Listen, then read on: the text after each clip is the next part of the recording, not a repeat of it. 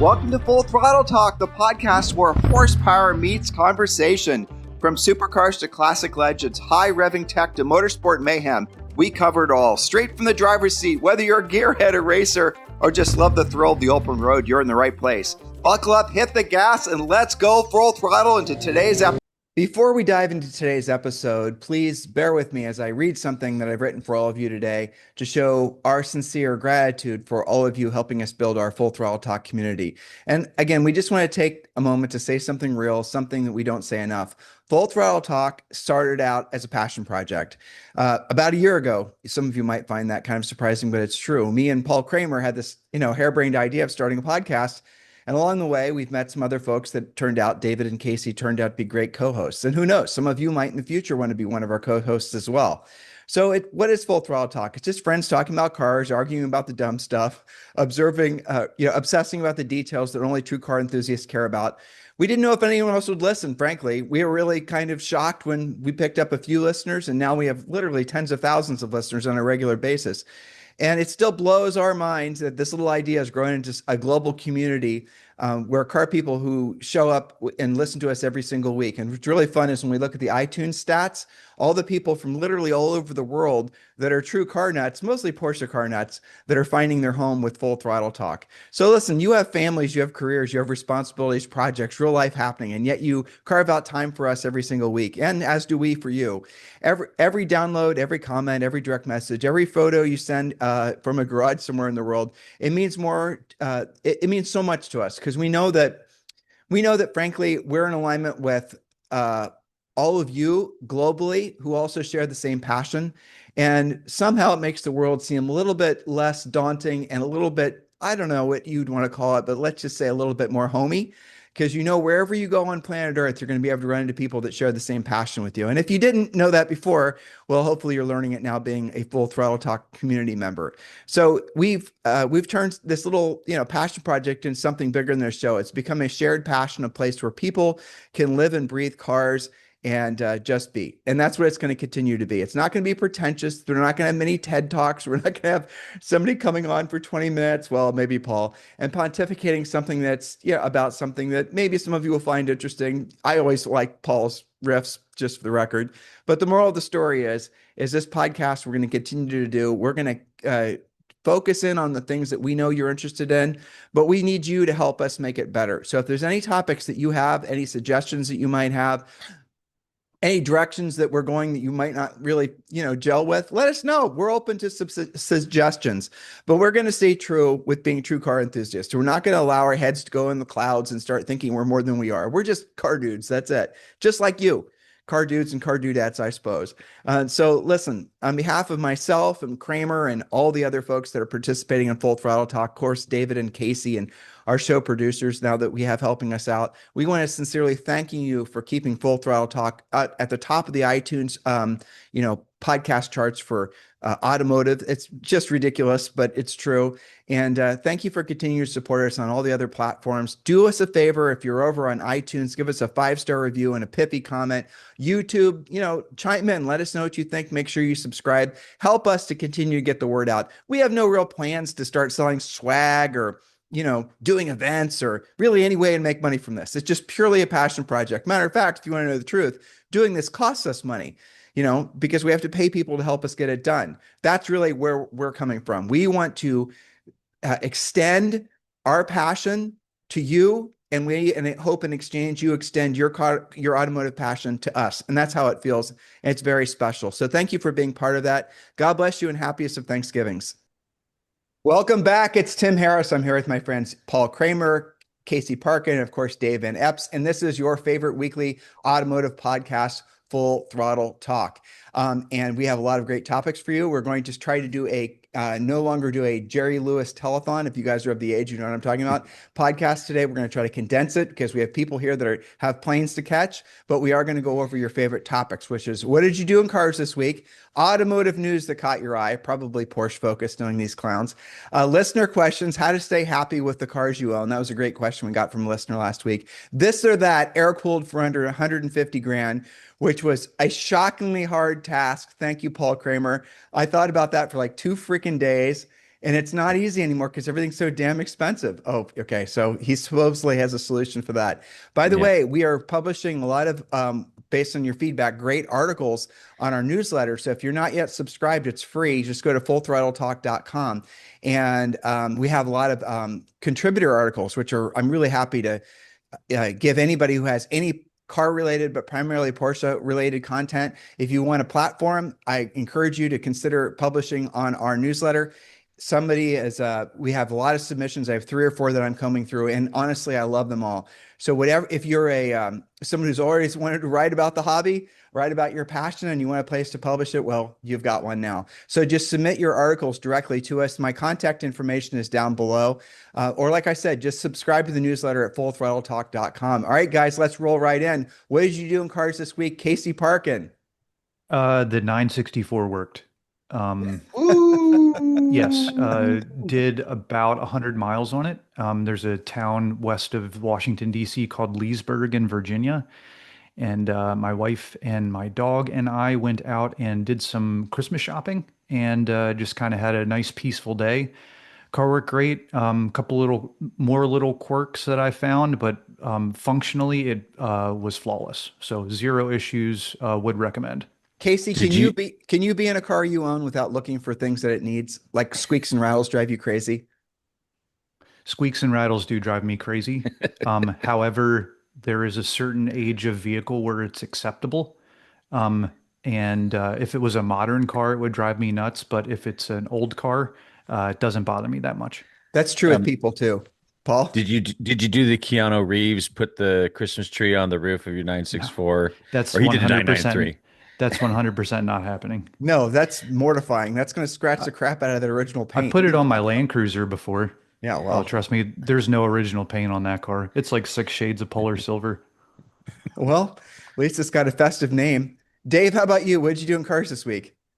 Listen, we have had one hell of a week here at Old Sunderworks. This car behind me that I'm showing right now is an 85 Targa, which we have turned into a Panda. And what I mean by that, obviously, is we took out the black interior that this car came with, and we converted the car to a black and white. Hang on, I'm sorry. I just got to get my click correct here. Black and white interior. So something that you never want to touch when it's you got dirt on your hands, that's for sure. But very cool car.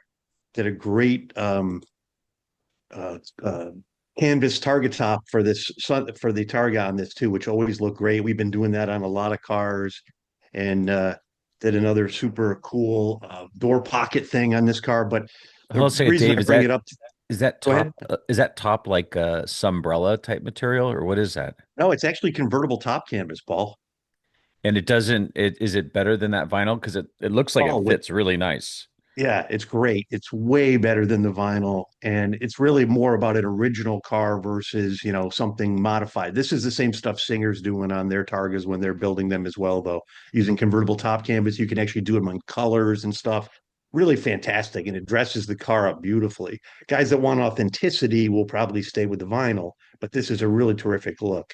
Why not go The with this reason I'm umbrella? point Just to Paul's question, I'm just curious. This umbrella fabric, is that not as, I'm just, that's a good No, it's not question. as robust. This is Ah, literally convertible top fabric, which is got layers and layers of uh, um, non-waterproof, impervious ah. material. So that it's literally what's used for convertible tops, which so much more heavy duty than just a straight umbrella fabric, but has all the same kind of you know uh, Qualities. sun, yeah, all those same kind of qualities. Sorry, my brain isn't What working here what so far what today. I'm impressed with, Dave, is how tight that fits. Like that Yep. line across the back. I mean, I'm dealing with an Yep. 88 Targa right now, and it's just so hard to get those tops. They are such a nightmare.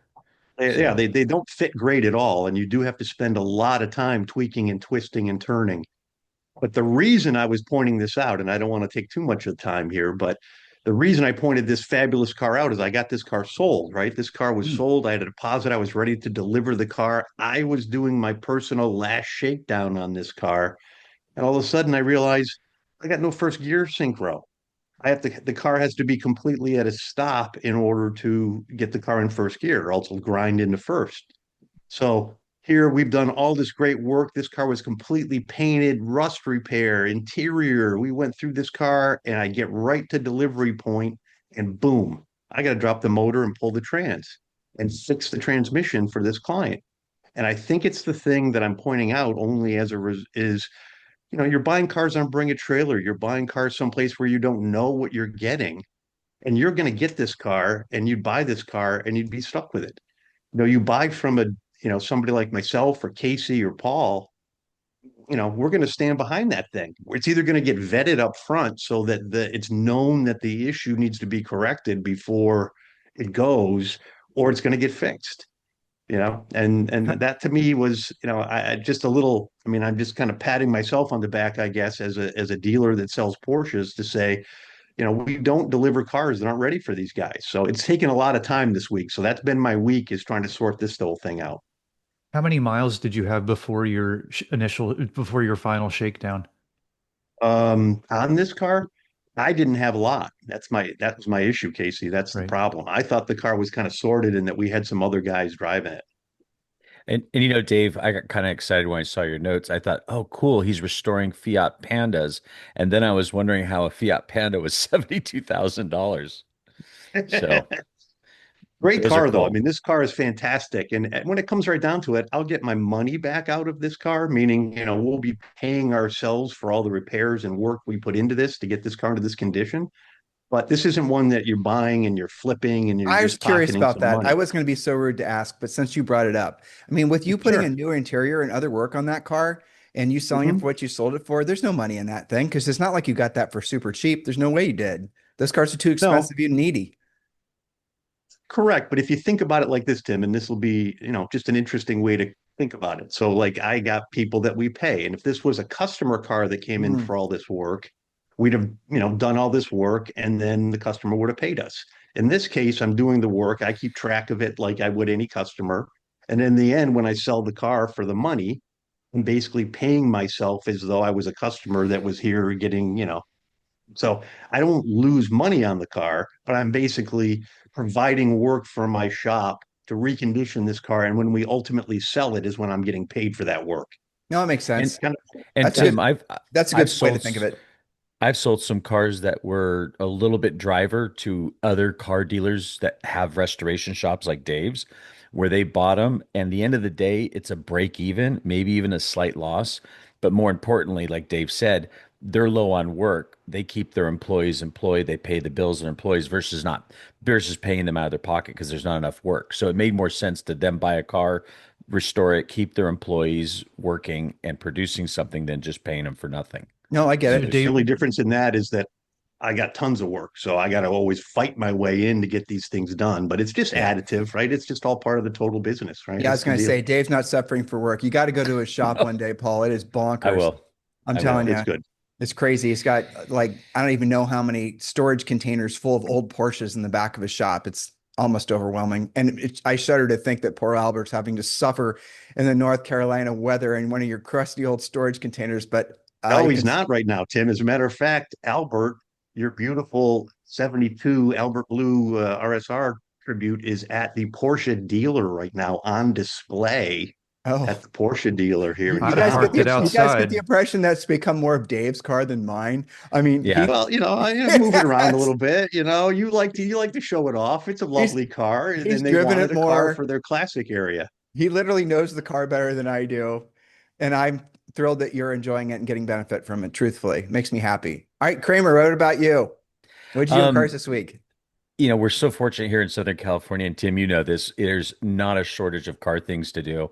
And Saturday was an event called Fast Saturday, which the best way to describe it, it's becoming like a mini Lufka Cult Light. It was down in San Juan Capistrano, but more importantly, I got to drive my green 911, which is sort of my rally backbone. I had driven it just around the block once, realized I was not in physical shape to do it, but I drove it great. I've been walking a mile almost every day in soft sand, trying to build up for the ice race in end of February, which stay tuned for that. Oh Um, yeah, but the fact, this was a really, I don't know if you guys have seen this car on Instagram. It's a sort of, I mean, it's an artist car. I don't know if you could see the interior. It was cool to the see this. interior is awesome. It It is is. awesome. I It is a absolutely lot. love it. The, I love the, it though. That car is fantastic. this was one of my favorite cars. Tim, you'll appreciate this. A Myers Manx with a four cam engine in it. Is that was that one of the cars from Cam Ingram? No, no. This is Philip Serafin, the owner of Myers Manx. I They had think that he had something to do. I think that maybe, they had something to do with it at Road Scholars. Yeah, possibly but isn't that hilarious though to think about that? Motor 200 to 250 grand, fiberglass buggy from the 70s. Not 50. Yeah, 50 if you're lucky. Exactly. yeah. Then he's got a Carrera GT badge on the back of it there, Does which he is pretty really? sweet. Oh Oh, yeah, you're Yeah. yeah. That's right. awesome. Yeah, that's killer. That So is killer. That's a great little buggy, man. That's awesome. it was very cool. And I had the video where I caught him pulling in, and it's just such a weird thing. You know what, Tim, you know what a four cam sounds Oh like. yeah. So you just hear this really unique clatter, and you look over, and then you see a dune buggy.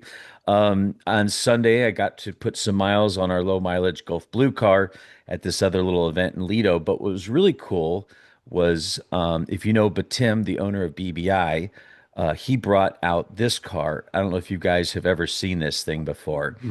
So No. this is like, imagine it's his test mule lab rat. It is not for sale. I doubt it's street legal. I don't know what engine's in it. I was talking to Batim a little bit. It is constant whenever he's got an engine he wants to try out, air-cooled engine, like some of the Pikes Peak engines he did for Jeff Zwart, he'll throw it in this car, put a plate on it, and drive it up and down the street. It's rough. It's finished so rough. So we drove from Lido to Crystal Cove, which is a little 10-mile drive up the coast, and we took off at this one light. I'm in the 74 with all of 175 horsepower. He waits at least 30 car lengths on PCH. At least. I thought maybe he stalled it or it had problems. He came by me so fast, like a truck where you move over a lane, like it just the wind pulls you. Um, I haven't seen anything that fast normally aspirated ever on the What road. was it? Do you remember? What was the motor? I th I think it was an air-cooled 4 liter. I think it was the Pikes. I think it was the Pikes Peak motor that he was Who built running. that?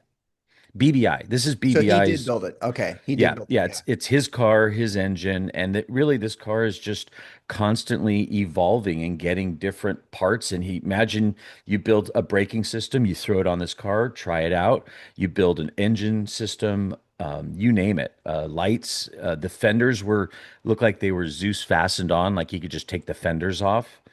It was a trip. We need to Very have Jay. cool. We need to have Jay That's a Lee on. 993 base. I'm sorry, Ken. 999. I think it was a Yeah. C4, an aero body, is how it started.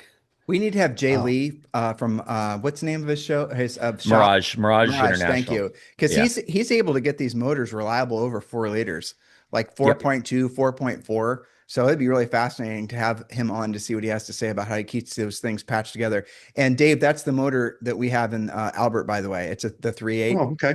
Yeah. Yeah, I think I absolutely. mentioned this before, but it's kind of interesting. Porsche nerd fact that the original Singer motors that were badged as being built by, oh, you guys got to bail me out. This is going to be a Casey fact. The company in England that makes, That pink no, or England, Williams? England, Williams. not Williams.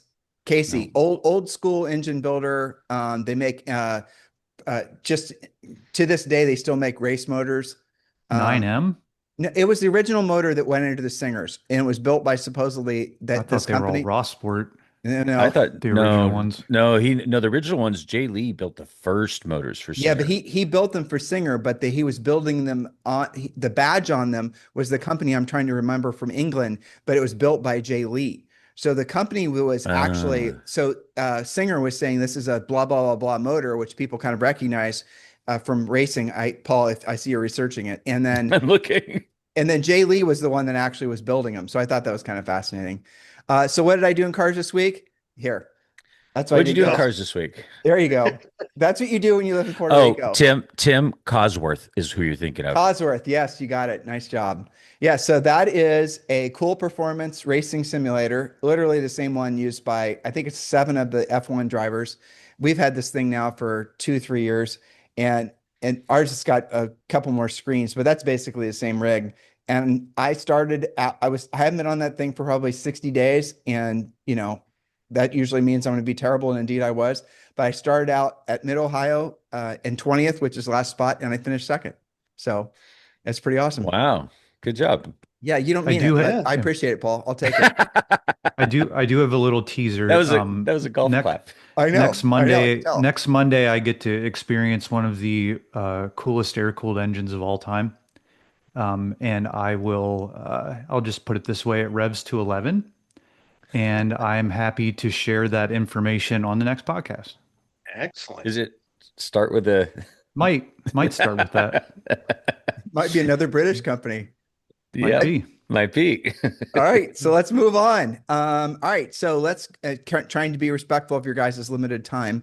Did I skip anything? I don't think I did. Nope. Oh, nope. You guys just put a lot of details in. All right, automotive news. Now, do I have to go first so you guys don't steal my thunder? Let me see what your notes are. No, I we're think we're that's here to probably a smart move.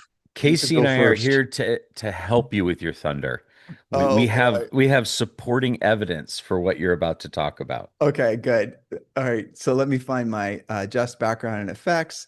All right, so I thought this was kind of brilliant, and I know Dave would love this thing. I think everyone watching would. This is the Porsche Cayenne that Porsche threw. I think it was Sonderworks modified as the original Cayenne. We had one of these. It was absolutely probably the best built vehicle we've ever had. Yeah, so it looks like, and I'm not sure if they're going to do a production run of these things. I kind of doubt if they are. It looks like it may have been a one-off.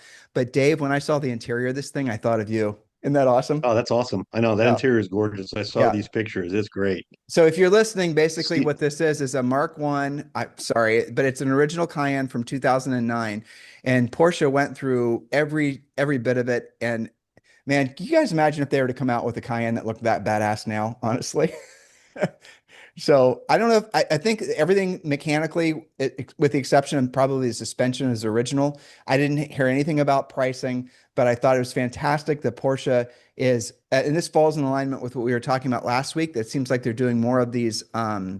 You're seeing more companies and now Porsche that are sort of doing resto rods on their not so old cars. So that was my news for automotive news for the week. Do you know who they especially, built well, that especially for, an Tim? SUV. Go ahead. Casey's going to know more than all you Do you guys. know who so- they built that car for? No, sir. The same guy that was driving that Myers Manx with the floor cam in it. Oh, seriously? Yep. Wow. Yep. And so the reason why Casey One of your and guys, I, Casey, somebody who basically has triplicates of everything, and now he's trying to think of things he doesn't have. right? So one of the reasons Casey and I have a picture of another Cayenne, it's called is it Jag Wagon? How do you pronounce it, Casey? Your German's probably better than mine is. It's a JAGD wagon, which is actually a throwback to an old, and JAGD wagon basically means hunter vehicle. And back in 2009, they took a 2007, which if you can see it, and it's sort of an army green, um, whatever Cayenne, first gen Cayenne, and they built in the back. Here's some of the drawings. So I have kind of a deep throat insider from Porsche. The one you're talking about, Tim, internally, I think pissed off a lot of the designers because they just parts bin that car. The colors weren't quite right from a designer standpoint. And the person who designed that Porsche fabric, it wasn't for that use, a whole bunch of different things. What he liked was this, which was a concept that never got built, which was to build a hunter wagon for, let me pull it up, for hunting. And here's the best part. It was transformed for the rear interior. Not only has a rifle and ammunition box, but it has a blood pan for transporting the captured game that slides out. So you can put your deer on a blood pan, which I kind of liked. And No, that you was use one that of in my LA. it was one of my favorite things to see at the Porsche Museum. I've seen it a couple of times now, and it's very timeless. So the Paul, fact there's- that they did build that thing was not surprising. Paul, there's zero chance you've ever been hunting. Zero. Yeah, No. you're right. You haven't. You've never been Yeah, hunting. I would suck at it so bad. I would put Casey at slightly above zero, and I would put Dave at 50-50. Nah, I'd be negative. Well, Dave, that's what Yeah. Dave's doing. He's hunting turkey this afternoon. He's Yes, got to fly yes. to a turkey preserve to hunt it, and then they're going to cook it tomoray. Wait Where until we- you see where- me pluck it, Paul. Where we have our place in Murphy, North Carolina, you see turkeys all over the freaking place this time of year. And then about 2 months from now, you don't see them anywhere. You, Wow, you imagine just see that. them on the roadside. I mean, they're everywhere. Anyway. They are. All right, so I'm going to put this up as I'll just go real quick on this one. This you guys know about this sale? I shared it with you Yep. in the WhatsApp group. So Casey nailed the facts on this a couple weeks ago, but they made 5 of those. One of them just sold for 20 million, basically $21 million. I'm not sure if that included the buyer's vig or not. But what I thought was interesting about that, and I checked this, is that that car sold for the same amount as one of the most recent F1s. So what we're looking at, listeners, if you're listening and not watching, is the Gordon Murray, the GMA S1 LM, which sold for 21,630,000, and there's 5 S1s that were built, and again, selling for the same price as the '94 F1, which forever have been 20 to 25 million dollar cars. What do you guys think about that? That this new one is selling for the same price as the old one? I I think mean, you it have one may of each, right? Would you? You'd have one of each. yeah. Well, yeah, You I can I mean, and afford first of one all, $20 million car, you can afford two. I would probably. I would bet whoever bought it does have an original F1, but how many original F1s they make? 300, 400? How many do you know? I don't think it was that many. I think it was far fewer. But I'll but Google it. but they made more of those than these 5, and I'm guessing the guy who commissioned it's keeping a couple. So let's just say there's 3 really in the open market. How often are these going to trade? And I Well, think this guy just jumped on the opportunity. Maybe he did overpay, but the what's buyer did, but overpaying? what do you think the seller? I mean, the seller had 5 commissioned at the same time, and I'm guessing that this is going to work out to be a very lucrative. Yeah, he's basically going to have 2 free ones in the Exactly. end. That's the math I did too. I bet you that's exactly I right. think I mean, I did that similarly back in the day when we first opened the business. A mortgage company went out of business. We bought all 3 of their Chevy Express vans. I sold 2 of them and I got a free van. It's very There you go. similar. Well, that works. All right. Let's see. Paul, why don't you go next? What, This is a story if you're local here in Southern California, but obviously the news across the world about the Palisades and the Altadena fires, which were horrific, and the one shining light about it was, and it was sort of a symbolism, but we've all seen this Associated Press picture of the why? blue bus named Azul. Prior to that, this gal locally owned it. Her name is Megan, and as a goodwill thing, Volkswagen North America got together and decided to restore it because although it looked really great in these pictures, when you actually got it, that was the side that was actually facing the fire, and it got pretty beat up. And they did a full restoration on the car, and in the theme of Thanksgiving, they basically presented it last week at the LA Auto Show to Megan and her friend who sourced the car originally. And it's a '77 Volkswagen, just transporter bus, nothing fancy. And what was cool when they restored it, as even though they're Volkswagen North America, it was already modified with some different stuff, and they restored it modified. They left it modified. They didn't go back to stock, which I thought was neat. They really made it look just like the modified car she had, but cleaned it up.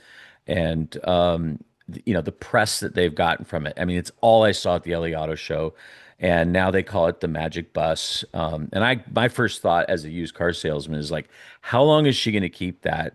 Who's going to offer her stupid money right now? And what would that? I mean, I could see that going at Monterey, Gooding auction, Azul the Magic Bus, and if so, what would it go for? 100 grand? I Mm. mean, that bus. Um, Even if it was not, Volkswagen North America, that bus today is worth restored like that. I don't know, Dave, probably 25 grand. It's not, I don't know it's not more. a good, I don't know more than that. I think Yeah. restored like that. I think it's probably 50 restored like that. I but mean, the problem is it's not a desirable model. It's no, it not, isn't. It isn't. But it's still a a VW bus, and but I think your original point is in its current situation with its pedigree that it has, with those historic pictures and everything else. I mean, that car would That absolutely that's go. a I bet short you goes window over though, 100. right? I mean, that's a short window. That's a very 12 short. month that's a 12 Yeah, month story. Right? yeah. If they didn't send it off at Monterey Car Week, good luck at Scottsdale getting money for it. Well, it's a good place for me to interject. When we were doing the what's the 993 RS tribute worth from a couple shows ago, Mhm. Polar Silver. He sold it, and Dave was basically spot on at 155. Casey was 85. You were like, I don't remember, 120 or so. So Dave nailed it at 155, and he sold it in like one day. Good. Yeah. Awesome. Now, with that said, in Puerto Rico, if it's not a plug-in or if it's not a hybrid, to bring it in, you're going to have to pay 20 to 25% taxes to bring it in. So when he brought that car in the last 5 years, he had to pay more than what it would have cost in the States. So if you back that out Oof. now, it's basically more in alignment with what you guys are saying. But there you go. So cool. All right. Great. Casey, news or what news for this week? So I'm just gonna regurgitate what I did last week, I think, because Henry Catchpool put out another awesome video on the Hagerty YouTube channel talking about the history of the Alpina B8 4.6 liter V8, which is, if you look at the car behind me, it's basically an E36. This one's a wagon, but Ooh. they shoved a 4.6 liter engine from Alpina. And the crazy thing about it is that if that you learn in the video that Alpina actually talked BMW into casting those blocks for them. So they got the manufacturer to literally build them a hot rod motor to put in a car that didn't say BMW on it. It's a great video, great story. I love E36 BMWs. This is probably the coolest of all E36 BMWs, so I definitely recommend checking it out. And Haggerty's just on top of it for insanely good content right now. So Casey, I was thinking, I watched that video. It was a really good video because I do love that car, and it's kind of a sleeper. It's not about, it puts out what, 335 horsepower or something in that range, but it is an Autobahn bomber sleeper. I love the fact that it's narrow body. They didn't flare it. But the question I have is, do you think BMW agreed to cast the case because they thought that they might use it in something and then they scrapped it? Because I don't believe BMW would do that just for Alpina. No idea. I mean, I really think it comes down to how much money they needed at that point. I know that I was talking to one of my friends that's a listener of the podcast, and he lives in Stuttgart. And he and his wife have the one following this that's based on the like the really nice like 2000 M5, but it's a wagon. I think it's a B9 with the same 4.6 liter motor in it. And his car's awesome. The last time we were in Germany, my wife and I, we went out in that car with him, and he's manual swapped it and done all kinds of stuff. So when have an Alpine episode, we can talk about that car. We definitely have to. You But know that didn't they Alpine put a that 4.6 in an X5? They did. Yeah, Yeah, so it was they a did it different in engine. that. Yeah, so Yeah. they did it in that, and it also the 4.6 liter, if I'm not mistaken, is also in the Alpina Z8. Mm-hmm. Yep. Okay, yeah. That makes Yeah. sense. You guys driven a Z8? I know we brought that up before. I don't remember what your answers were. Have you I drove it on Laguna Seca. It was great. look at Casey like I drove 5 this morning, bro. What are you asking me? I've only three actually, but Yeah. One Alpina, and two normal ones. I Are kind of those like the special Alpina cars? better. Do you guys think the Z8s are special cars? Yeah, I Yes. think they're going to keep going Mhm. up. Me too. I think they're special cars Yeah. too. There's And I something. think Yeah. And I think the Alpina, even though, ooh, it's just the automatic Steptronic transmission that comes with it, there is something uniquely different about the Alpina. Even though it's a less horsepower, smaller motor, there's something special about it, which is part of the reason why they command such a premium. And I think they drive better than the manual transmission ones. The clutches on the manual transmission ones are kind of like a light switch, and there's very little modulation that you can do. The Alpina cars just you could cross a continent in that thing. It's like an old 930. It's awesome. I think those things are like 200 to 250 too. I'm pretty sure that's where Mm. they're falling. The No? one the one I Al- yeah, the one I look after is I think it's a 6,000 mile black over red car, and I think that one's probably deep in the 200s now. Well, is that an yeah. Alpina or a normal one, Casey? An Alpina. Yeah. Well, if they're a And that's like normal, the most desirable color too. Black on red, yeah. Alpina. I think that's premium. If you It's see one of awesome. those cars out in the wild and your mind is conditioned to seeing Korean cars and old vans and whatnot, and you see one, it does look unbelievably gorgeous. I had that experience last summer and I couldn't stop staring at the car and it was surrounded by Porsches. David, Who what did you do in just car? really sorry, really quick, Tim. Who Yep. designed it wasn't uh Bangle. Who No, designed that? Was it Fisker? It was someone we know. I I think you're think it right. was I think it Fisker. was Yeah. Was it Fisker. Fisker that Yep. designed it? Yeah. Beautiful car. It definitely Sorry. wasn't Bangle, bro. That went without saying. I mean, come on No. now. I mean, have we forgiven that guy yet? Let's be honest. Have we? Have we I forgiven think Chris so. Bangle? You I have. You've let it I go. have because first of all, the Z4 was one of the prettiest cars that BMW turned out that decade, the Z4 Coupe. And second of all, I think when you look at an E60 properly set up, they're actually kind of pretty cars. I'm like one of the few champions of E60 M5s. I think they're really cool cars. And actually the SMG gets a bad rap. That V10 with the SMG, I mean, that was Le Mans technology that went in that car. Very cool car. I think anything after what Casey's got behind him, the E36 that generation, it just fell off like a rock. But anyway, I mean, literally, when after those cars were out, and then they started coming out with those bangled ass rear end cars, I looked at Julie and I said, "Well, one less thing we have to worry about is buying a new BMW." Dave, automotive news. Well, you mentioned Korean just a minute ago, and I was just this whole thing. Uh, okay, for Sorry. those of you, Paul is harassing me video wise here with the liquid hot magma.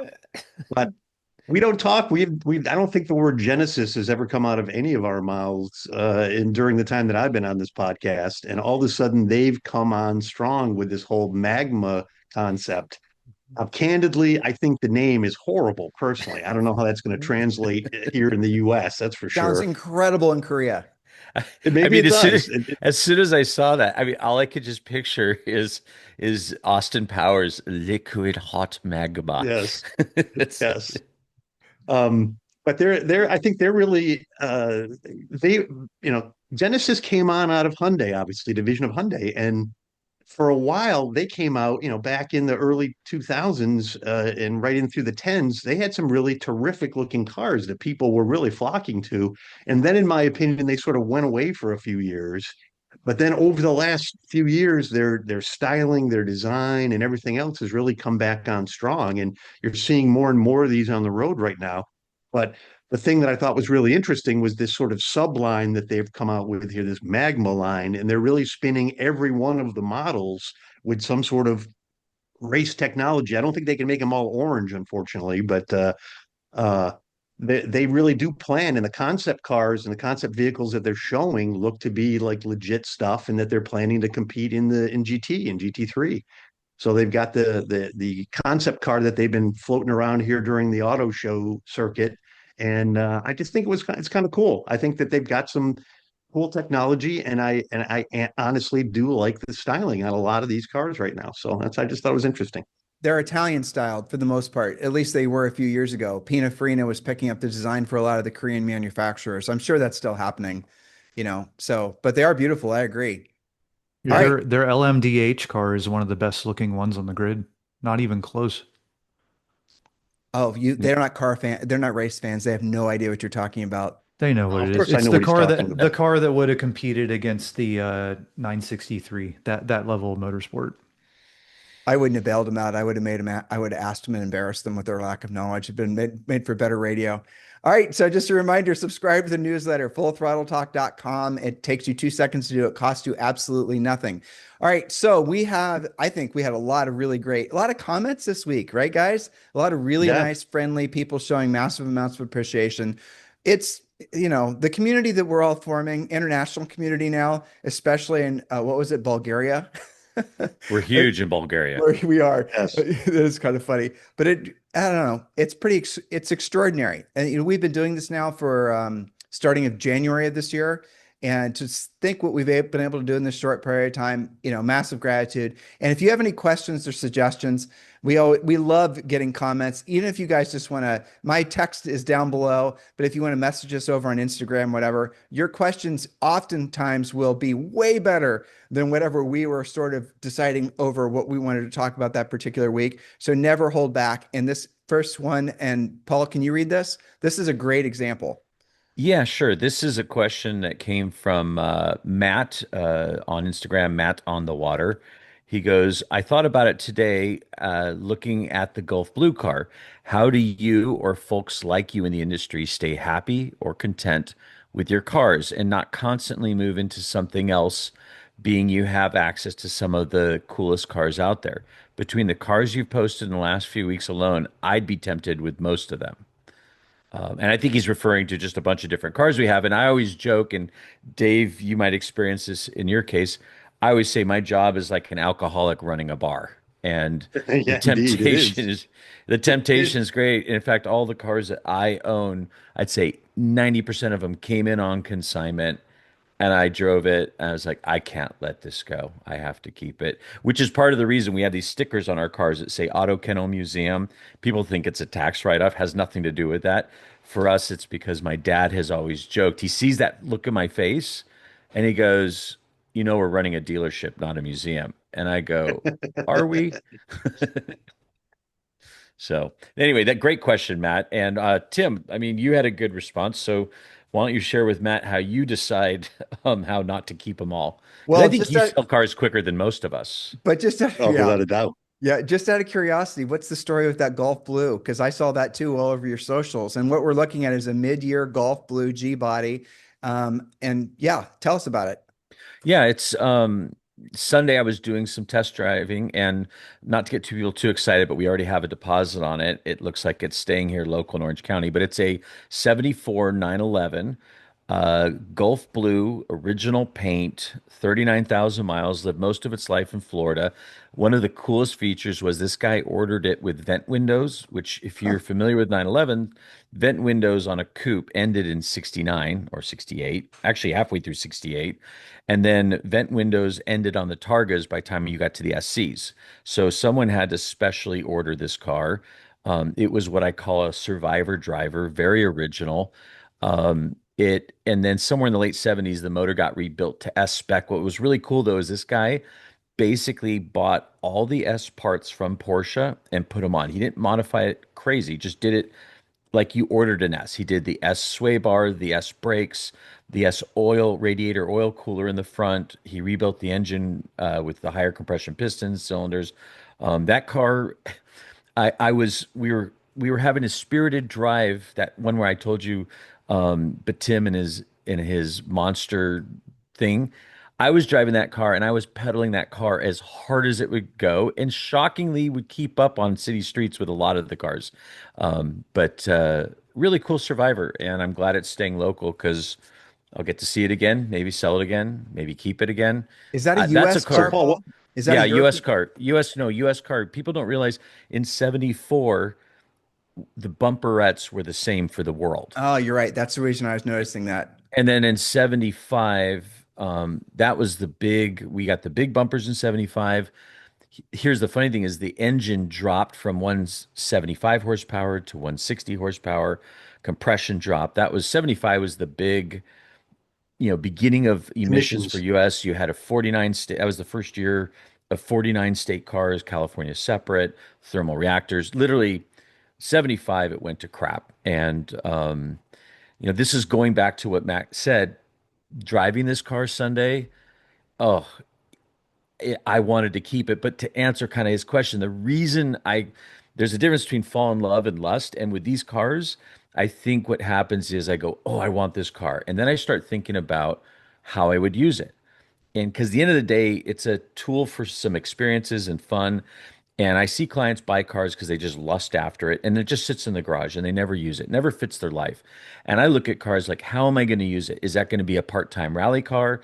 Am I going to use, like my 928, I use as an automatic because sometimes in driving in LA traffic, I don't want to go, it's fine in the mountains, but I want to don't sit in LA traffic. I want an automatic cruiser that's vintage.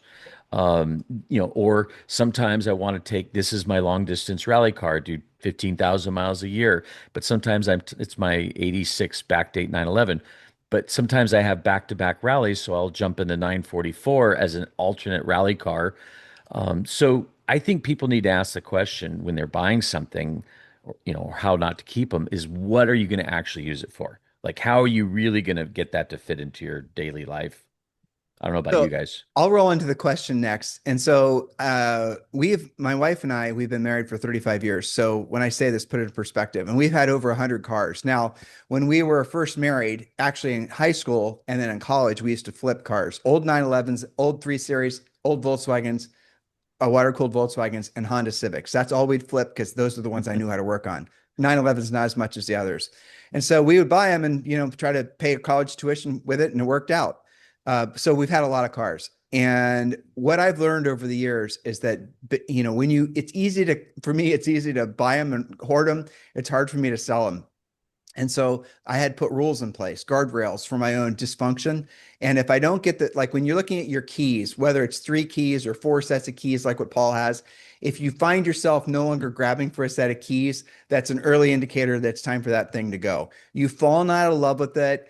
And the other reason, I'll tell you the other thing I find is if I'm starting to rationalize it for financial reasons, as in it's going to be a good investment, then I've got to get rid of it because it's not going to be a good investment. It's always a shitty investment. And I'm just trying to rationalize keeping it, not selling it. And then Paul sells it.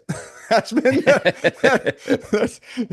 yeah, Paul, or I send it to Cam Ingram, or I send it to somebody else. Yeah. That's pretty much the life cycle. I don't go through cars like I used to anymore because it's just not convenient for me. But I've had all kinds of different cars. I had a Viper ACR, all the Porsches you can imagine, old Porsches, new Porsches, Ferraris, just tons and tons of cars. I was just thinking this morning, it is really, really hard unless you're going to buy like a McLaren or something like that, or I'm sorry, a real, like an F1. It's virtually impossible to buy something and get out of it clean in a newer generation car in terms of not losing money. But about 10 or maybe 15 years ago, you could buy a lot of cars and drive them for free. A GT3 RS, we had a 2010 GT3 RS that I bought for 134. We ended up selling it for like 173 or something like that. Now it's worth 300, So there are actually a lot of cars that are, so it's super hard. So that's what I have to say about that particular. Proof in point, this 997, it's an 05 997.1 C2S. This is our 4th time in 9 years selling the car. And the reason it is because 2 of those buyers, I flat out told them, I knew them, they were friends of mine. I knew what they liked to drive. I knew how they were going to use it. I knew how they were going to use it more than they knew how they're going to use it. And I told them, this is the wrong car for that. And what happens is they get it and they spend a year and a half not driving it or not using it the way intended. And then they go, yeah, it just doesn't fit my lifestyle. I go, I know. I mean, so for instance, the guy we're selling it for, he bought it 15 months ago. And he comes up to the mountains on Fridays. And I'm like, okay, he had a '07 Cayman S. And he sold that. So when he wanted to buy this, I said, well, you had an '07 Cayman S. What's the big difference? He goes, well, I bought that so my wife, he likes driving his long hood. He has a long hood. I bought that so my wife could go in the car and she'd be more comfortable. Okay, how is it? She hates it. I said, but the 997 from the B pillar forward is kind of the same experience for a passenger. There's no difference. And he's like, well, I think it'll be smoother. I go, it won't. It won't be much different. He bought the car. Guess what? His wife went for one drive, hated it because it's not an SUV, which she likes. He's a more mature gentleman. And here we are. Granted, he did put 7,000 miles on it, so he got some enjoyment out of it. But it's not a car he's going to keep for 5 years because his wife flat out won't go in it, and that was the purpose of the car. How many people listening or watching know what an A pillar is versus a B pillar? By the way, I'd guess not very many. I gotta believe all our audience. Like if you're listening, let's explain it to them. Can you? Okay, A pillar. A car has 3 pillars. A pillar is the where the windshield attaches. That's the first vertical component of the structure of the car. It's the front. It's the front. The B pillar, well, let's start with the C pillar. Let's go back to the C pillar. The C pillar is the last one. It could be, if it's a hatchback, it could be the last vertical part or slanted part of the structure. And the B pillar is usually right behind the driver, the front seats. It's where the seat belt that you pull down is attached to the B pillar. So you have A, B, and C. I don't know. I guess if you had a limousine, maybe you got a D pillar. I don't know if there's more than. So in the look that up, Professor Kramer. In the car world, when someone says the doghouse, what part of the car is that? I learned this from my dad. I mean, I thought it was. Is that just? I heard greenhouse, which is the no doghouse. It's so basically when it's a piece of shit car and it's been cut to pieces. The front of the car from the A pillar forward, where the engine used to be, gets turned into a doghouse. Oh, I've never heard that. Okay. Yeah, no, I've never heard that either. That sounds like a Midwest thing. Exactly, it was a Midwest thing. All right, so Dave, you're next. What did you? Well, I have a slightly different take because I'm probably more like Matt, right? I buy more cars. Paul's in consignment, so he's actually got to literally write the check if he likes the car. I'm buying cars for resale. So I'm buying distressed vehicles, kind of like you used to do, Tim. And then we fix them up. And then depending on what the outcome might be, I have to then look at the balance of all these cars that I have in my personal collection and say, you know what, this one can go, and maybe I'll pull this one in. And it does keep the hobby kind of nice and fresh because there's a while on these cars where, you start doing stuff to them. Like Paul, Tortuga is a car it fits like a glove, so to speak, right? And you've done all the improvements and so on, but there's a point in time where you kind of start to say, well, geez, would I like something better? Is there something that would suit the need better? And for me, like the car behind me that I'm showing right now, which is a 79 G body in Talbot yellow, the minute we bought this car, I was like, man, I really like this car. I like the color. We're putting a new interior in it. It's a rare piece. It's got miles, but the motor checks out great and all this stuff. And I'm really in this mode right now where I'm kind of tempted. And part of the reason I'm tempted is because this car is my Tortuga. This is an 80 SC. This is kind of roof front bumper, roof rear bumper, some custom seats. It really fits me like a glove as my rally car. And I really do enjoy this car. Unfortunately, it met with a little scuffle on my last rally and it's sort of out of commission at the moment. So we've got to do a little bit of front end body work on the car and so on. That's for a With the story, front not end for air. with the front end body work, can you please put H4 headlights on? Yes. Should we do a H4 had, Kickstarter for Dave? yeah, I think that's a great idea, Paul. I think Yeah. you should start that later today. But I actually have a set of H4s that I'd set aside, and we were going to put them on last time I did a little front end body work on this car. This car got the hell beat out of it. I told you, at Texas Hill Country. So when it came back, I literally had to do the whole front end of the car again because it just got the heck beat out of it. But had a small off with it, and it cracked that front bumper up pretty good, and we got to do some body work to it. But the point being is, though, this car is the one that just fits me like a glove when I drive it. The heel toe is in the right spot. Brake pressure is just about right. Everything about it is nice. And then even if I get in this car, it's just not the same. But we'll see what happens. But I do see them come in and out. I've got an 85 M491 Targa right now that we're just finishing up. I'll show some pictures of that next week. And that car is fantastic as well. I might keep that one for a while, but ultimately they'll always get sold. Right. I'll keep it for 6 months or a year or, you know. Dave, you made a good point, and that was the last part of this was to Matt, was people don't realize, especially with the vintage cars, how long it takes to, and Tim, you know this, to sort a car. Like Mhm. all of my cars, the green car, every car I've had that I've used for events or driving, I would say a good solid 10,000 miles to get it the way I want. And I can do 10,000 miles in a year. A lot of people, that takes 3 years. So to have a car for a couple years and you're just dialing it in and then just to start over again with a mystery car, I think people don't really nest long enough like a child. The key I always tell people is you want to find a way to own that car and enjoy it without thinking twice about it for 5 to 10 years. That's like the magic That's our number. next question. So don't jump on the next I segment. won't. I And won't. Dave, I'm trying to be sensitive to your time limitations. And Casey, thank you for Doing being good. patient. I think Casey Yeah. has the most succinct answer, like usual, to Matt's question. Casey? So I don't sell anything. The cars that my wife and I own, daily drivers, those are the only things that are really in contention for swapping out. I drive a late model S4 and my wife drives a late model GTI. But when it comes to our old cars, we have a 72 914 that needs the engine rebuilt. We have a 1988 FJ62 and we have a 1991 964. Those cars are all completely different and they all cover a wide swath of what is the type of experience that we like on a nice summer night, driving the Land Cruiser with the windows down, going to a brewery, dogs sticking their head out the window. It's about perfect. And, and a nice, I'm still getting, as Paul and David said, we're still getting through the sorting period in the 964. But once I build more confidence up in that car, can do the same thing, head out to, nice driving roads, go out with buddies. Those are the kind of things. Thankfully, I drive everything. I drive everything from whatever to super expensive stuff. And there are some things like I would love to own a 964 RS someday.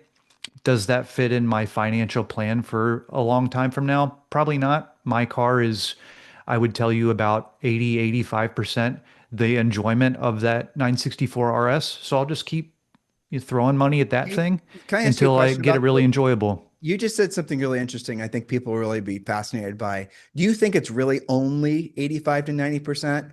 Because the reality of it is that RS, knowing you, it's going to be a $350,000 car. Wouldn't that kind of take the fun factor out of it, thinking that doesn't the money aspect kind of start to creep in the enjoyment aspect? The problem is the only way to reply to that is it's all relative. Right. And That's for the true. people that can afford a $350,000 car, they traditionally have a lot more available funds for those sorts of things. And while my approach to our 911, it was a stretch when we got it because it was an interesting transitionary period for me professionally, but I could never make that justification just because it is so much money. My a nice 50 to 70,000 dollar 911 for I would tell you for the majority of our listeners is probably the pocket, and that's a lot of stretch for a lot of people, me included. But I was able to get my car for what I would consider to be a very great number on the promise that I would continue its legacy. And that's why the people sold it to me for the amount of money that they did. And if I ever sold that car for a profit, which I doubt I would now, I'd feel guilty about it because they had offers higher than mine, but decided to sell me the car because they knew I was going to do right by it. So Casey's approach to this, I actually find admirable in that he wants to have fewer cars that he builds long-term relationships with. I don't have that gene. Paul, who's the guy in Southern California? You know who this is. He's got a really amazing RSR, a long hood. He's been building it forever. I think he's a photographer. Is that Jeff Schwartz? Is that who I'm thinking of? Mm, PCA did a story about him a few years ago. He's kind of famous in the uh, SoCal world. He I don't. races the car at Button Willow and like beats new 911. Oh, yes, Jack Olson. Yes, Oh Jack yeah, Olson. that guy. That's a cool Yeah, that story. guy's Yeah, kind of a legend in my mind, to be honest with you. his personality reminds me of Casey. He nested so hard with that one car. It's a 72 RSR Tribute that he has built to do the fastest lap at one particular track, Willow Springs. Like it is so fu and then he built a garage around that car. I mean, it's so narrowly focused, which you may say, well, gosh, that seems lunatic, or I would never do that. And what I always tell people is how you get intrinsic value out of a car, how you enjoy a car, that's your deal. Like whatever it is, you just have to find it. And so many people get cars and they just don't know how to find it. They're following Instagram and maybe they don't like rallies. Maybe they don't like wiping the car down. Maybe they don't like working on the car. I don't know what it is that they're going to like, but the more things you try, you'll find what makes that car endearing to you. What the reason Casey likes his 964, even though it sounds frustrating as hell, is different than the like Casey, I admirable that you're moving through that 964. If I own that 964, I would be so angry that I would just either get rid of it or throw stupid money at it and have a mechanic just sort it out once and for all. But, that's the difference between I'm going to us. take Casey's side on this. I think actually there would be a lot of enjoyment in alignment with Jack Olson, learning more about the car and getting it to know on a deeper level, sort of like a long-term relationship. So Casey, I don't know how you feel about that, but So I'll you guys continue to talk for a second. I'll show you But two of the reasons why I uh, really like my cars. so Tim, but here's the thing is I think you and Casey and probably Dave to some degree, but maybe Dave's more like me. I think you guys have the natural aptitude to work on cars. As a kid growing up, my dad was that way. He was very handy. He was good at working at cars. I hung around him. I didn't like it. I didn't like it then. I liked being with my dad in the garage, but I didn't like fixing shit. I would much rather, and my whole philosophy is why would I do that when I could pay someone else to do it and I could go do something I want to do? I like Tom Cruise in Days of Thunder. I just want to drive. I don't care about the rest of it. I don't even know what it is. I just want to drive. You guys No, fix the you're not rest. like Tom Cruise in Days of Thunder. You're more like Danica Come on, look at Patrick. that hair. You're more like Danica Patrick, who basically says she doesn't like cars. Yeah, okay, you're right. So I'll quickly do this because I know that we're on a time crunch. So this is the 911. Okay. This is to me is what is almost as important as the car. And this isn't all of it, including the original window sticker. Okay. So there's the start on that one. Here's the Land Cruiser. Okay. Nice. Here's the original window sticker for the Land Cruiser. I mean, these are the kind of things that I love to tell the story. I love to see the long-term ownership, the long-term enjoyment and investment in the car. And to me, yeah, I could have probably bought a car that had 8 owners and half the miles and probably looked a little bit better for the investment that I have in my car now. But I know every single inch of that car due to its history. And even though it has some foibles here and there, it's the kind of thing that I do enjoy the process of making right so it can be my car. So I'm going to say something knowing that Paul's going to throw shit at me, but that's fine. You should Google classical romantic, and that's your approach as I've gotten to know you more. It is to cars, and I think I suspect life in general, but you should Google that. I just gave you a really nice compliment, by the way. I Dave, appreciate it. I'm trying, I'm being respectful of your time. Are you good? Yeah, I'm good if we want to roll into the next segment here and let me go first. And then if I have to bail, then you guys have at it. Because Exactly my what I wife was is going to thinking. be here right on the top. No, it's perfect. So let me read it. So this or that, you must choose two air-cooled Porsches with each not to exceed 150,000 based on recent sales price. Boy, I did a terrible job. Oh no, I cut and paste what Paul wrote. No, he wrote this. Tying into Matt's questions above, these have to be cars that you would be happy with for a long time, 5 to 10 years, and they would easily integrate into your lifestyle. So Dave, you first.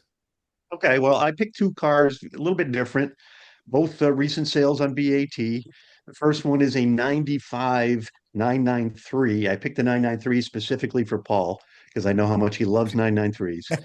But I do find that the 993 as a car that I could live with for a long time, just like a 964. It's a very refined car.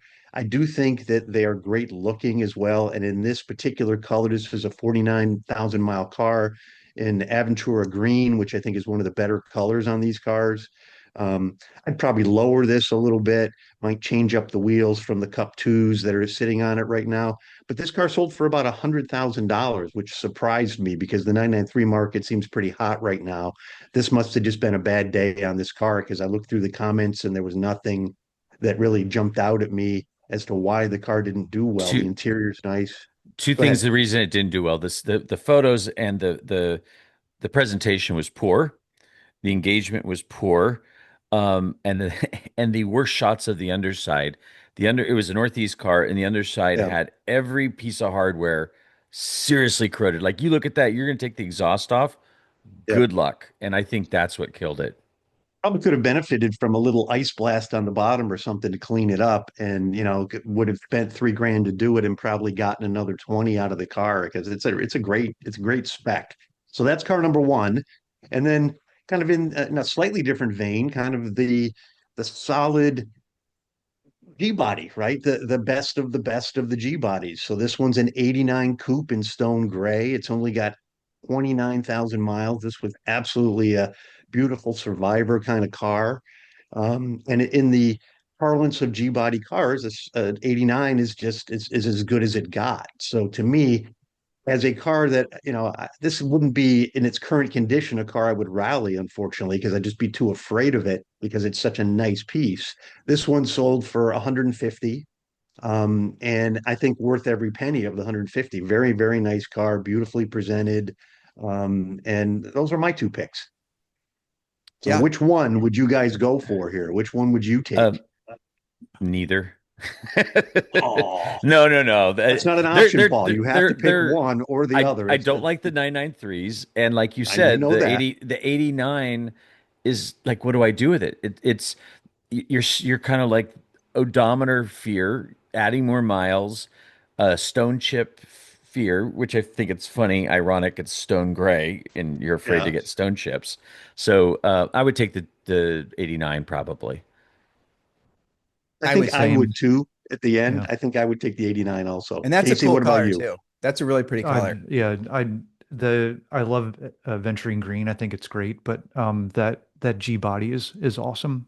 And It you, looks like you the headlight rings are black in that picture. I can't necessarily tell. I would make them Mhm. body color, install some H4s, but other than that, I'm happy with that. which of those two cars would be easier to keep healthy long term between the G body and the No, 993? the G body all day Like long, by far, right? No by comparison. far. Yeah. Yep. I've just looking at tons of records.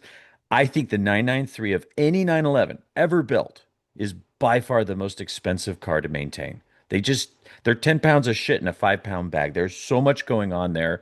They leak and by the way, part of the reason I have a slight disdain for these cars isn't because the cars are that bad, but some of the buyers and sellers are the worst people to deal with. They're so Why neurotic. is that? Why do you I think that don't is? know. That's a I great don't Don't question. get him going, don't please. get me He go. will not shut up. Sorry. I'll just rant about He like everyone will. asks. So I was showing a 99 the 997 yesterday, but and the guy was a car designer, and he really started off wanting a 993, and he was sort of priced out of the market, so he's moving to a different car.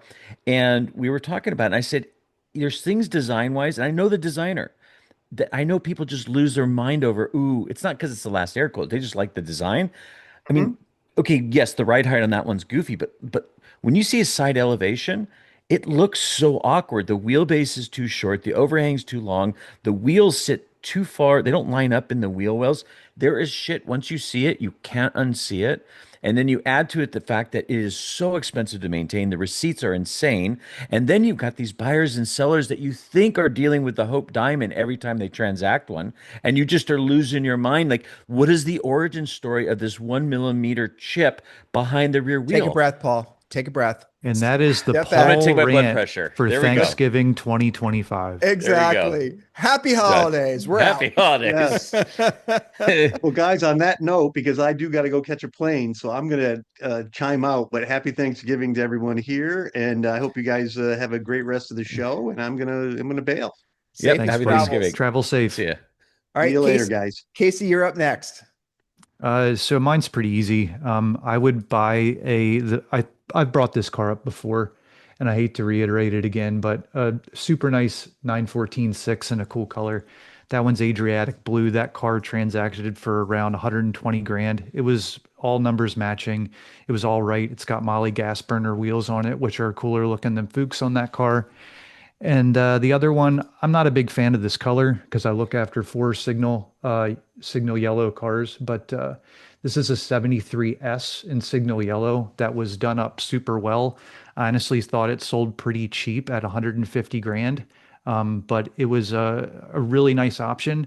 And when we were talking earlier, I there are times where I like old cars because there's like that middle year kind of car. Like my 968 felt like this, where it was too new to be old and too old to be new. If you know what I'm saying, it kind of felt like you could daily it, but you kind of couldn't. Um, my 911 doesn't necessarily feel like that, but if I'm going to own a car for a long time, I'm going to want a very different experience. And an older car is going to provide me that, even if I'm just driving around locally. Cool. Yep. Yeah. Cool. So Paul, which of those two would you pick?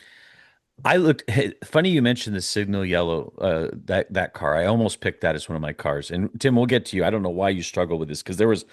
I don't know, Casey. I thought there was a lot of options under 150 grand. I mean, we could have made it under 100. No I issue. agree.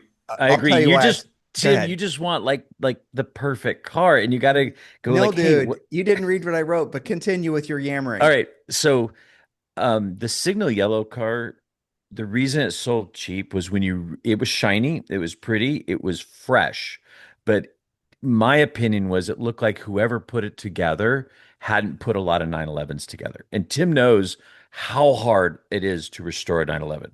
It's to the point where if I were buying an early long hood, I would almost want something a little tattered and unrestored or just lightly refreshed and not disassembled because they just are a bitch to restore right. And that S was shiny, but when you really looked at it, it was never going to be a number one car without starting it all over again. So the 914 Molly, I'm a sucker for Molly gas burners. 914 for me. Yeah, me too. Tim? 914 probably. I'm not a big fan of Targas. That would be, I'm glad Dave's not on to hear me say that. But yeah, All right. those would be my choices. I mean the 914, I don't have an experience in those, but just from being around them, I love how freaking tiny they are. And And the the roads that I great would part, enjoy. Okay, go ahead. yeah, the inside of them. I mean, I'm 6'3", and there's tons of room inside of the car, which is great. I A lot wish, more comfortable than let's say a 73, like the Targa behind me. 914s are way more comfortable inside than those. yeah, well, I'm a midget, so it all works. All right, Paul, you can go next. This car, I felt I like this car so much that if this car came in consignment, this would be one of those ones I would really have to find something super wrong to not keep it. It's a 1966 911 coupe, and what I like about it is it was refurbished. It wasn't quote restored. It was just a nice, good sort of driver that had a repaint. The engine's numbers matching, but it was built to a 2.2, which is, I think, one of the best displacements for an aluminum block short wheelbase. And really, one of the 66 is such a cool year. They put Weber's on it, which is way better than the Solex. It was the last year to have the wood dash. I mean, 66 to me is a 356 long wheelbase. It's very hand built fielding like the 356. When you get to the long wheelbase early cars like 69 to 73, they start to feel a little more mass produced. And then, this motor, this 22S motor, or 22S style motor. This thing must rip. It's probably 190 horsepower. Car probably weighs 2150, and it is just such a, it was out of Oregon, sold for 140, so 147 with fees. Honestly, I think. Oh, and it's in Dolphin Gray, and I think this car is sold undersold by at least 15% because the Photos. photos look like it's ivory. And light ivory is not a desirable color. It's But the most common color. I'm sorry, I was loading pictures. Was that the one with the blue interior? No, it's a black Okay. interior. Oh, And sorry. here's the thing, like this is the stuff that and Dave would appreciate this. So look at the seat. There's a picture of the interior. Now look at the seat, the driver's seat with that pucker. That is when I see that, I go, this seat is either restored properly or refurbished properly because the way the pucker works is there are strings pulling it down to give the shape a contour. So inside there's I've watched our upholstery guy next door to us show us how this thread goes and pulls the fabric down so it gets that pucker. Now what you see people doing is they're actually creasing the seat to have this faux pucker. And when I see that, it's like that on the interior tells me they just cheaped out. Or when you see on the outside where like the problem with your car will get to is look at the horn grills and how the horn grills line up. Like I see that, I'm like, someone didn't know either how to do body work or put the car together. And I would rather have a car that's scuffy and scruffed and not disassembled. So anyway, this 66, I want a short wheelbase so bad. And I don't know how I'm going to justify it because going back to Matt's question, I don't know what I would use it for. I wouldn't, it's not a great long distance rally car. Driving it Fridays up to the mountains would be fun, but the traffic in LA coming back would suck. And the only reason I don't have a short wheelbase is A, I've got 9 cars, and B, I don't know how it would fit my lifestyle. All right, so that's car number one.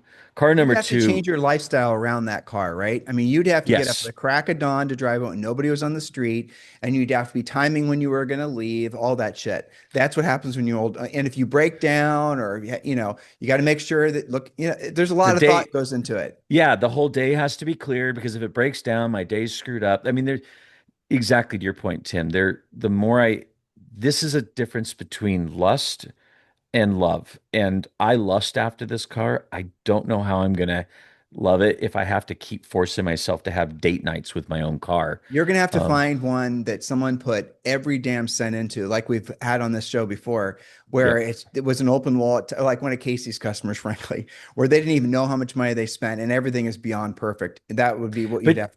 but even if that, the problem with especially the early 911s, they have to be driven regularly. Yep, And if all of a sudden, like I'm only starting it once a month just to force myself to drive it, then what's the point of having it? 100%. Um, the other car I chose is I don't know if you guys saw this. It closed last week. It is an 83 Euro 930 911 turbo. It has 80 some thousand miles. It's in dark blue metallic paint.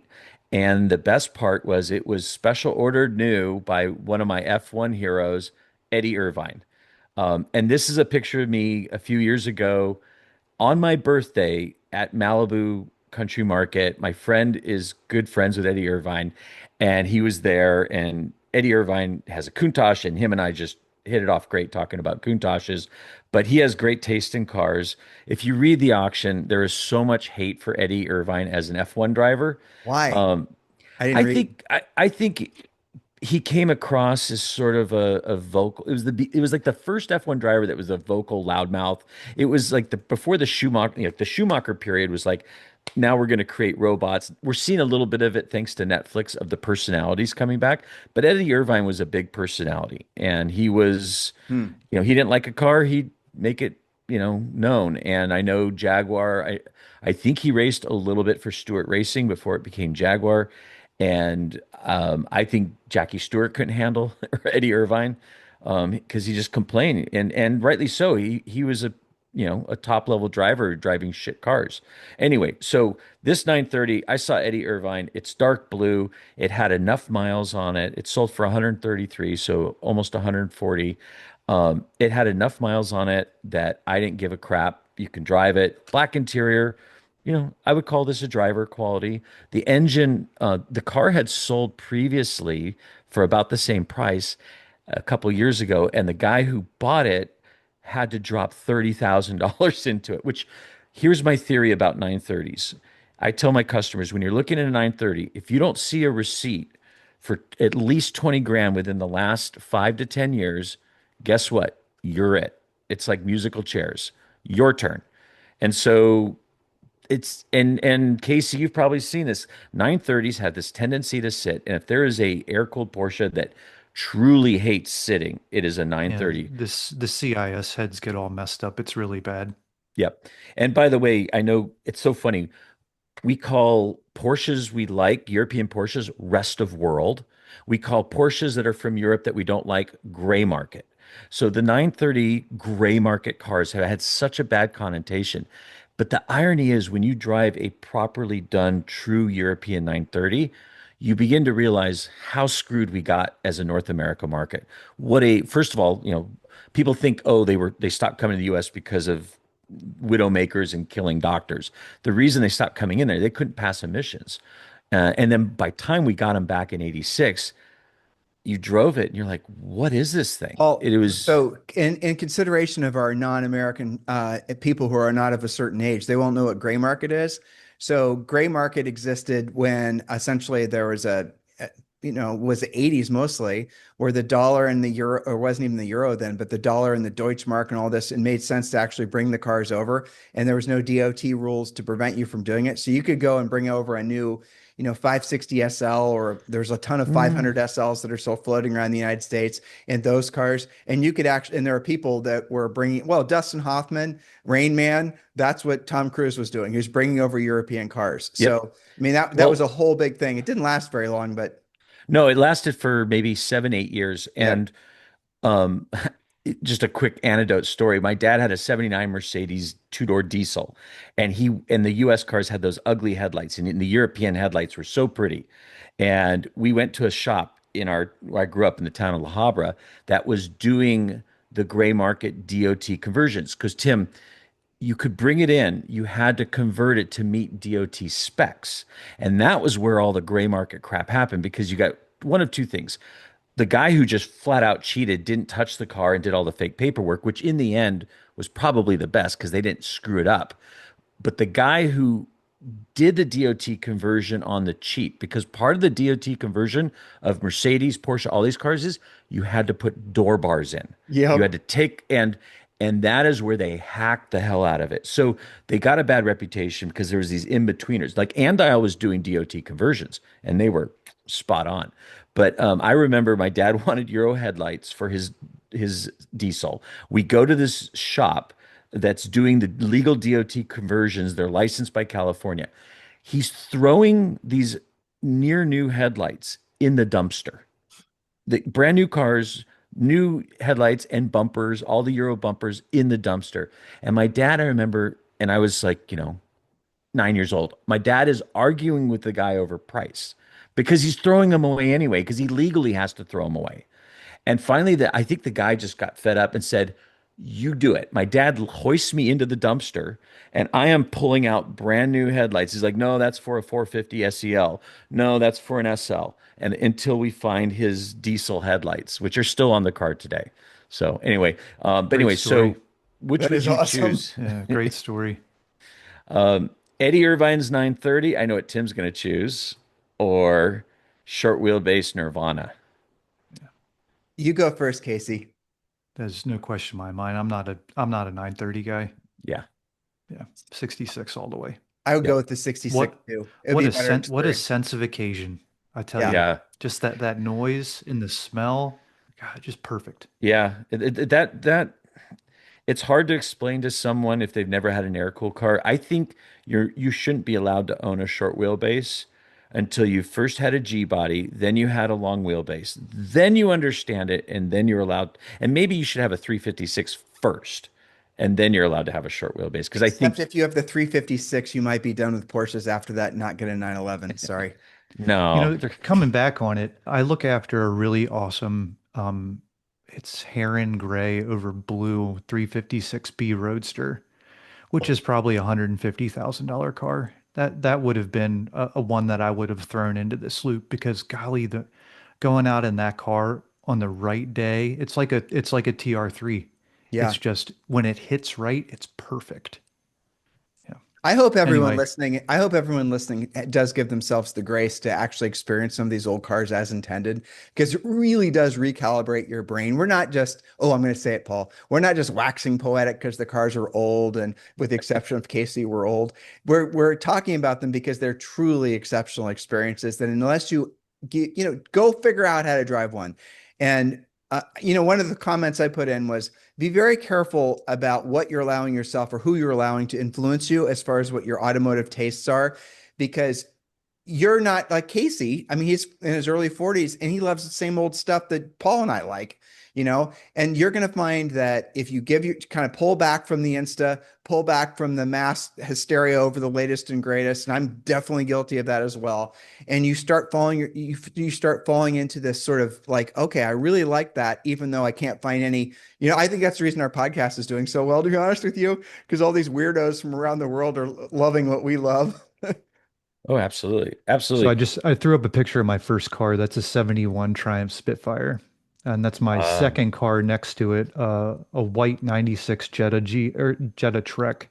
That's my dad's 60 Corvette behind my Triumph. So How anyway, cool do the Spitfires look when you take off the rubber bumpers, though? Honestly.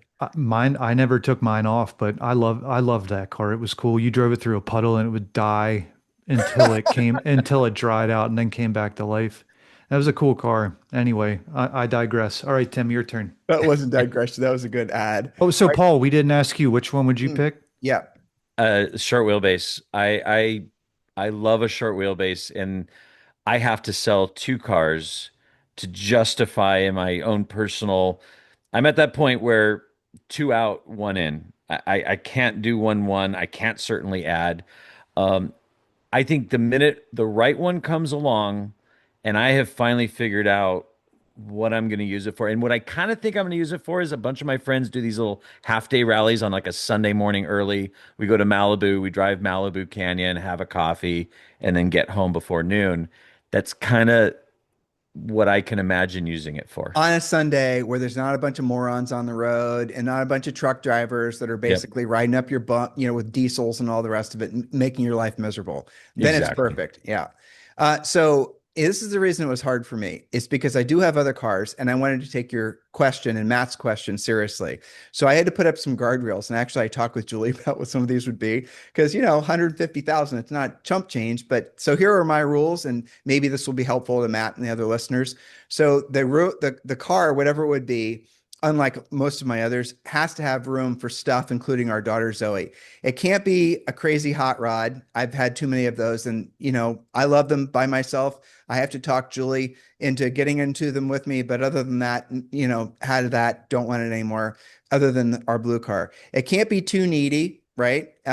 Must have fizz. In other words, when I see the keys, I want to grab for them, or even better, if I have 3 or 4 sets of keys that I'm trying to, in my mind, decide which experience I want to have that day. Has to be 95% OEM.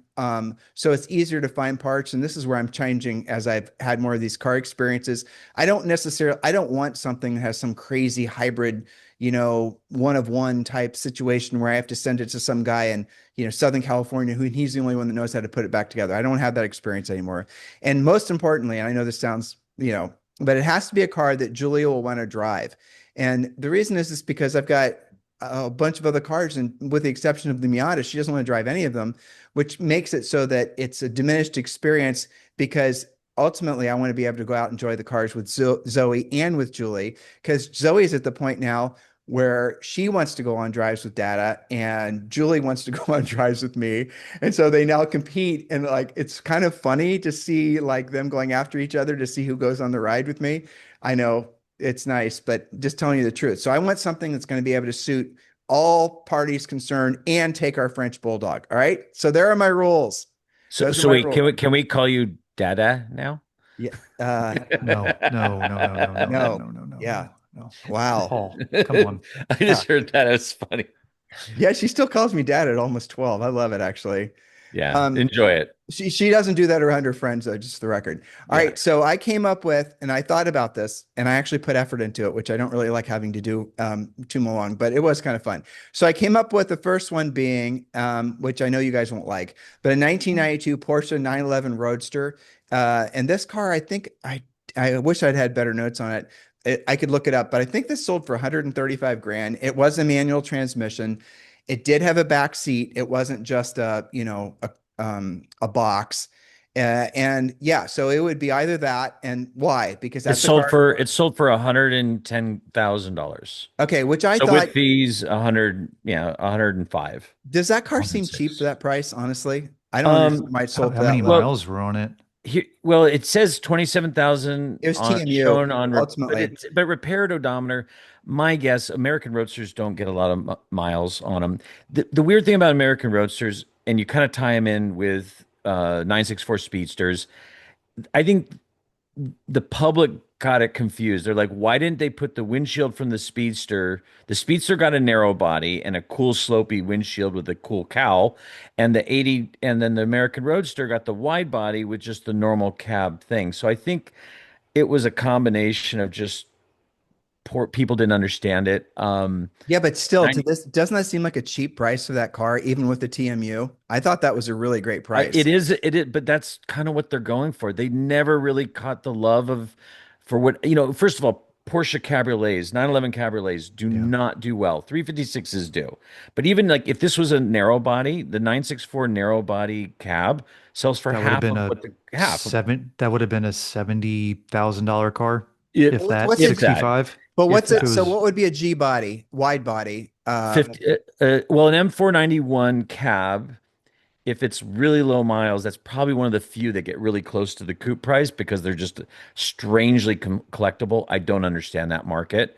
But if it's a driver level M491 turbo look cab, they're probably 30 to 40% less than the M491 coupe. Let's talk about this just because our nerd friends will appreciate this. Have you driven a 964 wide body non-turbo like this American Roadster? Have you driven one, Paul? Have you driven I've driven a Carrera 4, a Carrera 4, which is the wide body all-wheel drive. 94. Yeah, 94 special Carrera edition. 4. Okay, but that's a four-wheel drive. So if you were to go, here's the only reason I'm asking the question is because the wide body non-turbo G body cars, even the Speedster, having had one, they're not that great to drive. And I'm sorry for saying that, but it's 217 freaking horsepower, and it isn't that wonderful.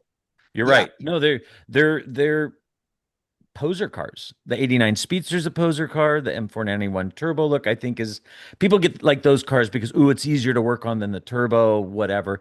I agree. They feel muted. They feel heavy. They feel slow. The American Roadster, I've always thought was a really good value. But for whatever reason, when the top comes down, the price drops with it. Well, yeah, unlike everything else on planet Earth. Well, the America Roadster with the bigger motor with the 3.6 in it, I'm just wondering if the added horsepower makes up for the weight, but I bet it doesn't. No, no, they drive. I've driven an American Roadster. I mean, 964s aren't revvy motors, they're just torquey motors. And Right. I think for the buyer of that, which is not killing the canyons, they're driving down PCH with, Yeah, it's the take Zoe and the dog and the wife out and everyone's it's having a a good it time. I'm not fits driving too fast. Yeah. All right, so it here's fits what you asked for. It fits what you asked for. exactly. Here's my next car, 1970 911S. It's obviously which one I put. In Conda Green, currently for sale, European Collectibles. And they also restored that car too. Now, that car is not a number one car. I picked over the pictures. You were right about all the things you mentioned on it. I think it was restored over a decade ago. I'm not going to say anything about their pricing. It was more than what your limit was, but let's just say that probably the market on something like that, given the condition, is less. Okay.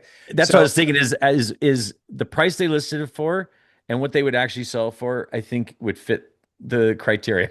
yes, sir. I agree completely. So, but that's a 1970. So it's a 2.2 liter, which is a very revvy motor. Wonderful car, wonderful color, numbers matching, blah, blah, blah. Cool color. So between the two, Casey, what would you choose? How bad was the restoration, Paul? It's just driver. Like that is a car that would be tough to restore to a number one because you would start over. So fits Tim's I thing. agree. It looks good. It presents well. 99% of people who see it at Cars and Coffee will give it a thumbs up. They'll think it's mint and cherry. The collector, the high level collector, will pass on it.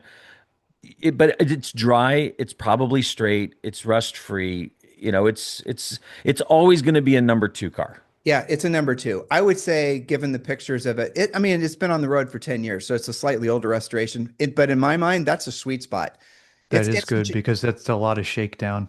totally. Well, Jay Leno Yeah. says it, restore it to a number one and drive it to a number three and then restore it again. Yep, exactly. Yeah, I'd pick the 70, no question. Now the cabs through 964 and Carrera cabs and that Speedster you were talking about, they've got a bit of cow shake. And Oh, yeah. I'm never a big fan of that. I don't like wiggly cars, so I'd definitely pick the coupe. Yeah. I mean, when you really look at air-cooled engines, the purist, hardcore purist will always say, and they don't really know it until you've driven a lot, the 22S motor done right is probably one of the top air-cooled motors. I would say the 27 MFI RS motor, which most people don't realize. They go, "Oh, a 27 MFI, it's a 7R case, you know, the heavier duty case," and they basically take a 72, 73, 24 and make it to a 27. What they don't realize is the architecture of the 27 RS motor is based on the 2.2 liter motor. Because So it's a 66 millimeter counterweighted crankshaft. I don't know about the details of that, but Just people don't say realize. yes, Paul. Just Yes, say okay. yes. Here, He I'll wouldn't have Google said that. that if he wasn't right. So what people realize is 72, the reason Porsche went to a 2.4 liter was because the second stage of North America and world, Japan also, emissions came in. And what happened is they can't sell a car that's slower. They had to lower compression to meet emissions. So the way to make the engine make the same printed horsepower is they bumped displacement. And now what would happen was 71 and older, the way they built those motors was very similar to the way they built their race motors. They're these magnesium throttle bodies. There was so much race stuff and high compression. In fact, the 2.2 motor is one of the highest compression. I would say the 69 2 liter is probably the highest compression motor as a street car they sold back in the air-cooled era. And so it was when you get a 72, 73 and you drive it and it just feels a little muted. It's sort of like kind of held back. But the RS was built as a high compression motor, similar to the 2.2. And Conda Green 2.2 motor, assuming that motor is built the way it should be, MFI. Once you've tasted that kind of motor, it's hard to go back. So I just did some research. The 2.2 liter does have the 66 millimeter counterweighted, so that would be similar to like a 906 motor. Yep. The RS has a 70.4 stroke, so it is stroked. I didn't check the bore, but yeah, Well, so the 2.2 liter would definitely rev faster, and with MFI Paul, be absolutely choice. sorry, Casey, I didn't mean to talk over you. Paul's, do mean to talk over Paul. I don't mean to talk over you. Um, but I'm sorry, Paul does bring up something interesting. Is the fact that oftentimes the cars have bigger displacement to make up for a stronger emissions and also more weight because people want to put more crap on their cars. They weigh more. They're naturally being, suffocated, and so they put a bigger, whatever, and doesn't make for a better experience. And we just described it on that 964 America Roadster and those G bodies that are the wide bodies, the M94 cars. They just get too fat. They just get too, it doesn't feel like it's supposed to feel like. Yeah, for sure. The Conda Green car would be my, you know, so Paul, the market on those cars, they're asking, I think 169 or 170. That's a strong mid 150s car now. Yeah, I mean, we've talked about this before with sort of people aging out of cars. I think long hoods really are getting fragmented where you see driver levels and then a big gap to truly level one, like Concord collector grades. Like there is one of my clients locally that just got recently a 67S original paint. It's, I think, polo red. It's got some nice patina. Super, I mean, how many 67Ss, very complete, unrestored low miles are there left? And this car went for big money. Where, I mean, it went for, we're talking probably double what that Conda Green car would go for. Granted, it's a 67S. It's not, polo red isn't like the oh my God color, but that's the difference between a collector level car, whether it's restored properly, there's some cars that roof is restored at a high level or the factory versus like the Conda Green, which is a driver car. And if you want to get that car to level one, you have to start pretty much over. Take it all apart, reassemble it. How many parts on there are reproduction? How many parts are replacement? Is there fenders replaced? And that's the thing is I find that the long hoods in the driver quality are kind of harder to sell and there's fewer buyers. But me as an enthusiast for them, I look at them going, man, when G bodies, Targas, and Coupes are going for 150, they're lovely cars and they're collector grade. But boy, I think I'd rather have a driver grade long hood. Describe the driving experience, either one of you, between a short wheelbase and a long wheelbase 911, because the difference in dimensions is minuscule, relatively speaking. It's not even it's something about the car. It's also, don't forget, it's a slab side car. It's a narrower car. It's lighter. It probably weighs, I don't know, 150 pounds less than a long. It's just a simpler car. And when you drive a truly stock the way the factory intended, by the way, they're supposed to be on 165 tires. The long wheelbases are on 185. And everyone goes, ooh, I'm going to just put 205s. You run a 165 tire on a short wheelbase, like a good tire, like a Pirelli CN36, it is magic. It feels like you're out there grabbing the front wheels and turning the car yourself. Like when they talk about Porsche steering, which is probably, even to this day, they make the best steering out there for cars. When you drive a short wheelbase, you realize, oh my God, this is distilled steering down to the very purest form of why Porsche got this right. 356s steer great, but the short wheelbase 911 on 165 tires, it's like fingertip. I mean, you feel everything. You have complete control over the car. You can feel it through the butt, the rear. So I just think it's just such a connected experience that when you get to the long wheelbase, just like any other 911, as you move through the generations, they go, the buyer wants a little more comfort. We need to add more weight. We need to add more power. And they've been chasing that all. I mean, the new Turbo S, 4,000 pound car with 700 horsepower. Yes, it's dynamically amazing, but can you imagine if they dialed the horsepower back to 500 and yanked 1,000 pounds out of that car, which would taste better? Well, this goes back to what I was saying before. I hope everyone gives themselves the opportunity to experience what these things are like. But I have to say, the first time I drove a short wheelbase car, it is little on the correct size tires. It's a bit terrifying because it is so raw.